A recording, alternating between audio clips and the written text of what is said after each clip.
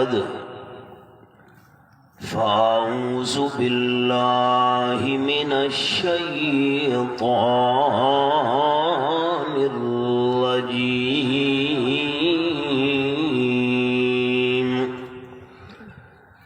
بسم الله الرحمن الرحيم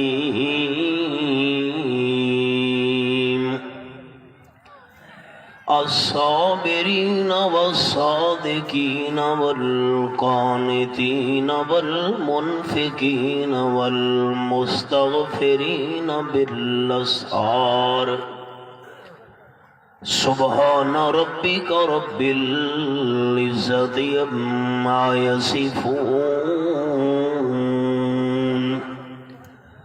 وسلام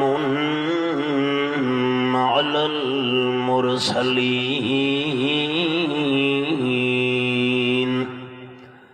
والحمد لله رب العالمين.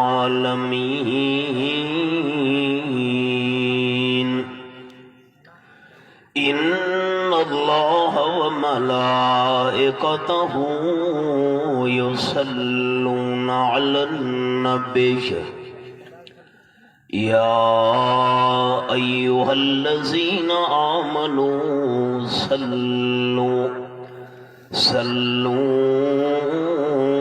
عليه وسلموا تسليما.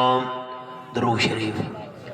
اللهم صل على محمد وعلى آل محمد كما صليت على إبراهيم وعلى آل إبراهيم إنك حميد مجيد. اللهم بارك على محمد وعلى آل محمد كما باركت على إبراهيم وعلى آل إبراهيم إنك حميد مجيد. محترم دوستو، بھائیوں، بزرگوں، عزیز ساتھیوں، 4-5 سال کی لمبی مدت کے بعد پھر ایک مرتبہ اللہ رب العالمین نے آپ دوستوں کی خدمت میں دین کی چند باتیں بیان کرنے کے لیے حاضر ہونے کی توفیق نصیب فرمائی ہے. الحمدللہ. میں 5 مسئلے عرض کروں گا. وما توفیقی الا باللہ علیہ توکلت و الیہ انیب. قیامت کے دن اللہ کی طرف سے اعلان ہوگا وامتازوا اليوم ایھا المجرمون. نافرمانو الگ ہو جاؤ، تمہیں ایماندار اور نیک اعمال کرنے والے بندوں کے ساتھ کھڑے ہونے کی اجازت نہیں. اللہ کے نافرمان بندے الگ ہو جائیں گے، فرما بردار بندے الگ ہو جائیں گے. جو اللہ کے فرما بردار ہوں گے ان کو جنت میں جانے کا حکم ہوگا اور فرشتے بڑی عزت اور احترام کے ساتھ ان کو جنت میں لے جائیں گے. یہ تو قیامت کے دن فیصلہ ہوگا جنت کون جائے گا، جہنم کون جائے گا. اللہ نے دنیا میں نشانیاں بیان کر دی ہیں کہ جنتی کون ہے. آپ دوستوں کو 5 نشانیاں میں عرض کروں گا جنت میں جانے والے لوگوں کی.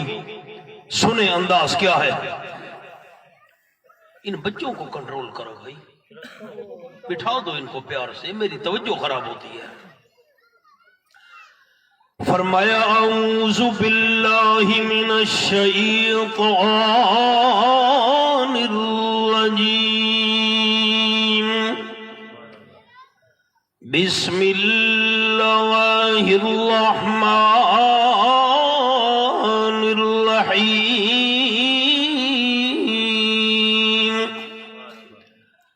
الصابرین والصادقین۔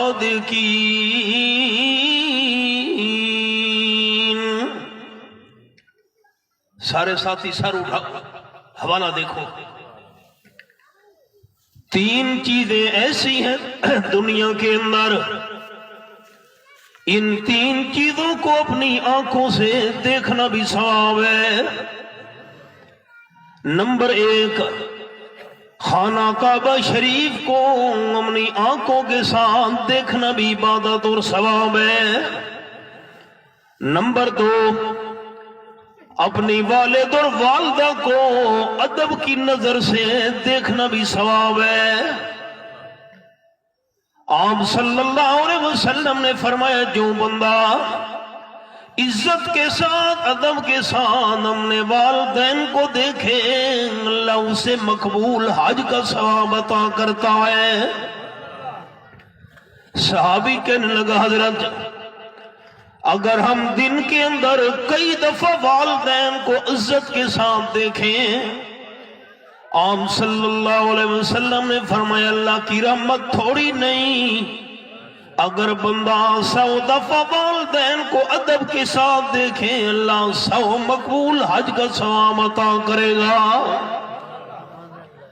خانہ کعبہ شریف کو دیکھنا بھی ثواب، والدین کو عزت کی نظر سے دیکھنا بھی ثواب، اور نمبر 3 اللہ کریم کے قرآن پاک کی زبان سے تلاوت کرنا بھی ثواب ہے، قرآن پاک کانوں سے سننا بھی ثواب ہے، آنکھوں کے ساتھ قرآن پاک کی زیارت کرنا بھی ثواب ہے۔ آپ زیارت کریں۔ فرمایا الصابرین والصادقین والقانتین والمنفقین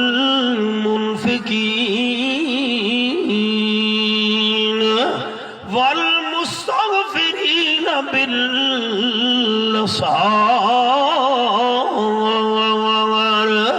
اللہ نے جنت میں جانے والوں کی 5 نشانیاں بیان فرمائیں اس آیت میں۔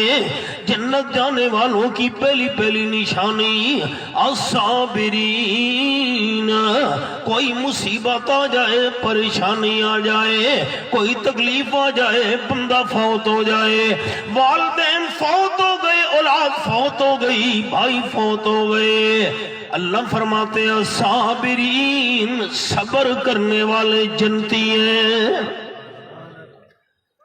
مصیبت اور پریشانی آ جائے چیخیں نہیں مارنی، ہائے ہائے نہیں کرنی، کوئی فوت ہو جائے سینہ نہیں پیٹنا، اپنے سر کے بال نہیں نوچنے، اپنا گریبان نہیں پھاڑنا۔